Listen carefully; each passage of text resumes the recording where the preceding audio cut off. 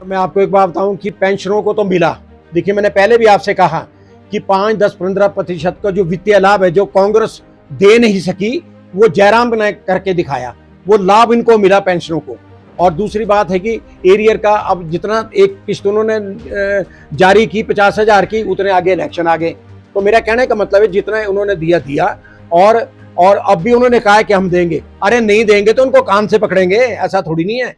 देखिए सर, बात यह है कि जो देगा, जो बोलेगा, और मैं दावे से कह रहा हूं, मुझे ना भारतीय जनता पार्टी से टिकट चाहिए, ना मुझे कांग्रेस से चाहिए। लेना होता तो आज से पहले मैं ले लेता। हमने कर्मचारियों और पेंशनों की सेवा की है पूरे प्रदेश में।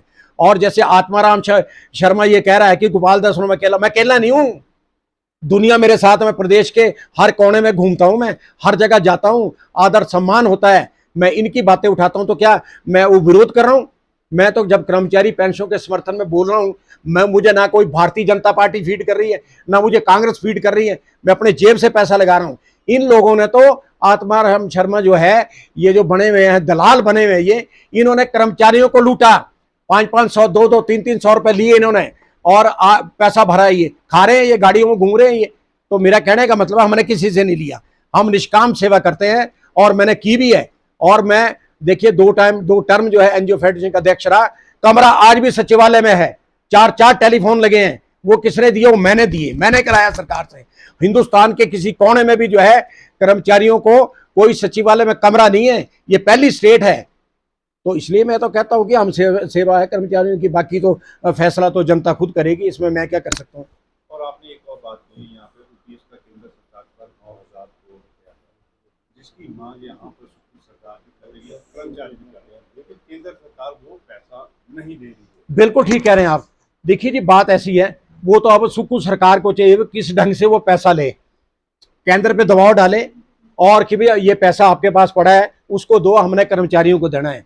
अच्छा, दूसरा जो एनपीएस के कर्मचारी जो ओपीएस में आए 1,36,000, वो भी तो कोई आवाज नहीं उठा रहे। वो भी बोले, आगे आए, फ्रंट पे लड़े, आगे सड़कों पे आए जैसे पहले आए थे। आज क्यों ठप है काम सारा? तो इसलिए ठप है, सरकार के पास पैसा है नहीं है। तो इसलिए मेरा कहने का तो मतलब ये एक बात ये है कि कर्मचारी पेंशन जो है सोच समझ के वोट दें और अपना पैसा सरकार से ले। वर्मा जी, आपने एक और बात दावे से यहाँ पे क्या कहना चाहेंगे कि ओपीएस मिल रहा है, नहीं मिल रहा है, क्या स्थिति आपको लगता है? देखिए मैडम, ऐसा ओपीएस कुछ नहीं मिल रहा है। अभी 9,000 करोड़ केंद्र से लेना है, जो एनपीएस के तहत जो केंद्र में गया है पैसा। जब वो मिलेगा उसके बाद ही इसके बारे में सोचा जाएगा। सुक्खू कह रहा है कि एक ओपीएस। अरे कर्मचारियों के बारे में तुम बात क्यों नहीं करते? एरियर के बारे में तुम बात क्यों नहीं करते? 12% डीए के बारे में तुम बात क्यों नहीं करते? बेरोजगारों के बारे में तुम नौकरी देने के बारे में बात क्यों नहीं करते? क्या बात है ये झूठ की राजनीति हिमाचल प्रदेश में अब चलने वाली नहीं है।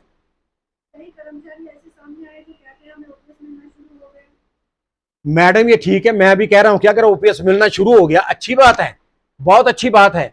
पर उनको ग्रेजुटी कहां मिली? उनको देखिए ना जी, एक बात है, वो भी तो मिलना चाहिए, ग्रेजुटी का जो पैसा वो मिलना चाहिए, लीव एंड कैशमेंट मिलना चाहिए। तो मतलब ये बातें क्यों नहीं मिली? ये बातें सुक्खू ने क्यों नहीं की? ये बहुत चतुर आदमी है। मैं आपको एक बात बता दूं, मेरे सामने ये बच्चा था छोटा शिमला में आप बताइए, और इसने ये काम किया, लाहौल स्पीति चला गया, उधर से एमएलए को खुश कर दिया, महिलाओं को 1500 दे दो। 800 महिलाएं को वहां लाहौल स्पीति में, ओनली 800 महिलाएं वो दिए इसने। मैं ये नहीं कह रहा हूं नहीं दिया, कि छोटी सी जगह है। और आप बताइए, देता कांगड़ा तेला देता, मंडी देता, शिमला देता महिलाओं को, तो मानते? ये एक फ्रॉड है, ये सब फ्रॉड है, ये नहीं दे सकते। आप मान लो अगर सुक्खू की सरकार अगर सलामत भी रही तो भी ये कुछ नहीं दे सकते। ये कंगाल हो चुके हैं, ये कंगाल जिसको कहते हैं, इनके पास पैसा नहीं है। केंद्र ने भी इनको देखो आपदा में बहुत पैसा दिया और वो कहां डाला। आज मैं ये कहना चाहता हूं कर्मचारी और पेंशन से, मैं तो यही हाथ जोड़ के एक विनती करना चाहता हूं कि बीजेपी को वोट दो जब पैसा लेना है। अगर आपने डीए लेना है, अगर आपने पंजाब वेतनमानों का एरियर लेना है, अगर नौजवानों ने नौकरियां लेनी है, भारतीय जनता पार्टी को वोट दो और इनको जिताओ, और जून में इस कांग्रेस सरकार को लंबा डालो, तभी कुछ मिल सकता है, अदरवाइज कुछ मिलने वाला नहीं है। वर्मा जी